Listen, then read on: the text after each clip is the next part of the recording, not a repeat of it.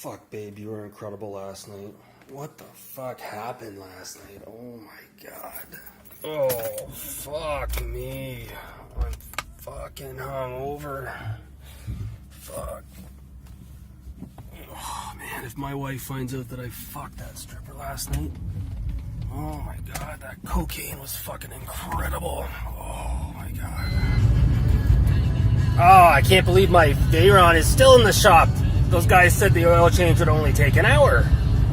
Oh, well, almost time for my protein shake.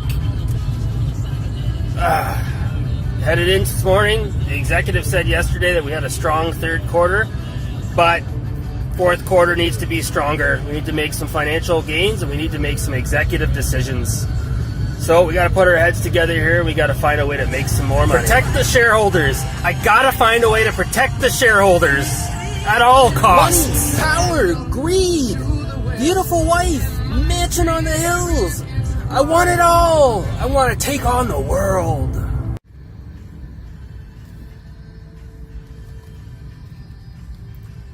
Oh, somebody took my corporate parking spot.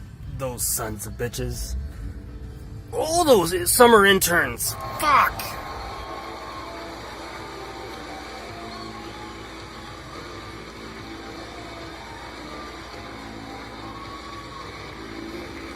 Fallout 76 is entirely of what it will be like for you and the other characters who were first to leave the vaults. But there is one big difference with this game. It's that each of those characters is a real person. Well, it was really special, and I wanted to, a lot of people online had a lot of questions about the game. Just so people know, it's not playable here at E3. It's sort of what we saw is what we saw, right? Right. But a lot of people are kind of wondering now, the fact that you're doing this more of this sort of share world experience, and you said, hey, you can play solo, but a lot of people were asking me, it's like, can I play offline? You cannot. You will see, even if you're playing by yourself doing quests, Yep. you will see other players.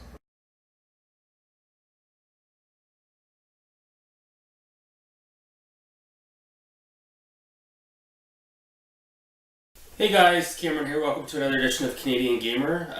Just a little bit of a rant video here. We're going to talk about Fallout, of course. So as most of you know, Fallout 76 has been announced, and there has been quite a backlash from the community, specifically with regards to how the game is basically an MMO. It's online only, which is extremely disappointing, but again, we'll get to that in a second. Basically, first thing I want to do is give you a little bit of background about how I was introduced to the series, and then we'll talk a little bit more about the new game that's coming out. So, growing up in the 80s and 90s, I did hear about Fallout, the first game, the second game that were on the PC at the time, but I never actually played them. They were over-the-head, isometric, almost like an RPG action game. Always wanted to play them, but never got into it. Xbox 360, the first game I had for the system was Fallout 3, and then shortly thereafter I went out and I bought New Vegas, which is my favorite Fallout game in the series.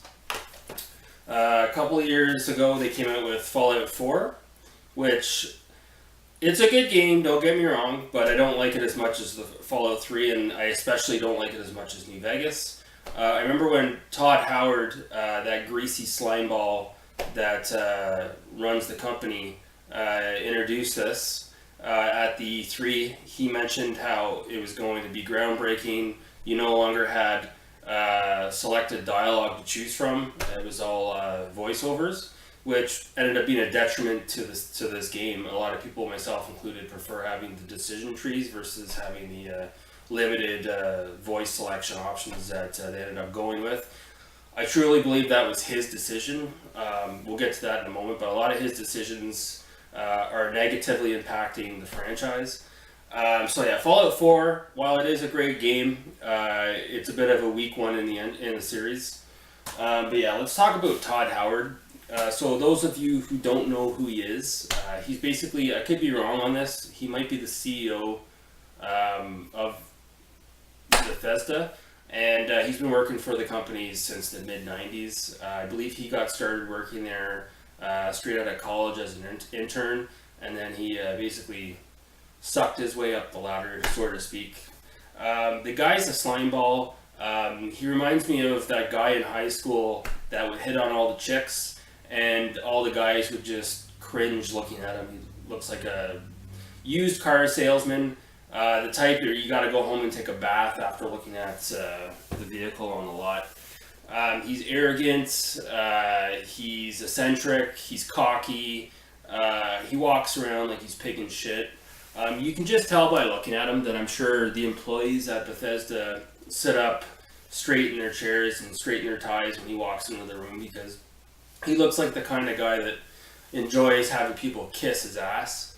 So I won't go too much on that slime bag, but yeah, if you watched this year's E3, he comes out cocky as shit, wearing a leather jacket that's just almost one size too small for him, to try to accentuate the muscles that he doesn't have. He goes on to say that Fallout 76 is a shared world game. He almost coined the term, I guess you could say. Almost immediately, there's huge backlash on the internet. There was actually a petition that was done up to stop the game from being open world. Todd Howard has been lying to the community. He says it is very much has single player aspects. You can play it on your own if you want, and you can ignore the other players in the open world if you don't want to join in on the multiplayer aspect, which is absolute BS, and he knows it is. Clearly, Bethesda saw the success, of GTA 5, and it was time to cash in. Fallout 76 is nothing more than a fucking cash grab.